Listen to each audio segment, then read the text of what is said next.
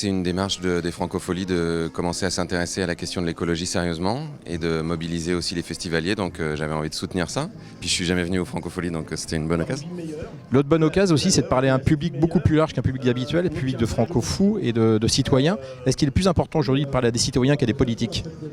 Et en fait, c'est les politiques, c'est les citoyens qui vont parler aux politiques. C'est-à-dire que si les politiques changent, c'est parce que les citoyens vont décider à un moment qu'ils arrêteront de voter pour des gens qui ne mettent pas au cœur de leur politique la lutte contre le changement climatique, la préservation des océans, la préservation de la biodiversité, etc. Donc si on est des millions à faire ce choix-là, donc tous les gens qui sont là et puis d'autres, les politiques bougeront, sinon ils ne bougeront pas. Est-ce qu'on peut encore espérer à travers ce discours ou est-ce qu'on ne peut que désespérer ? Désespérer, ça sert à rien. En revanche, est-ce qu'on peut espérer comme ça de façon un peu vaine ? Non.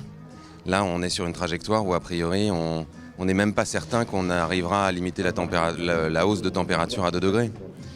Donc on va vers des chocs, on va vers des moments très difficiles.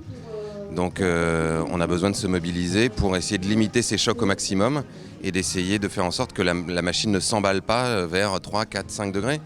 Mais on a déjà passé plein de seuils qu'on a...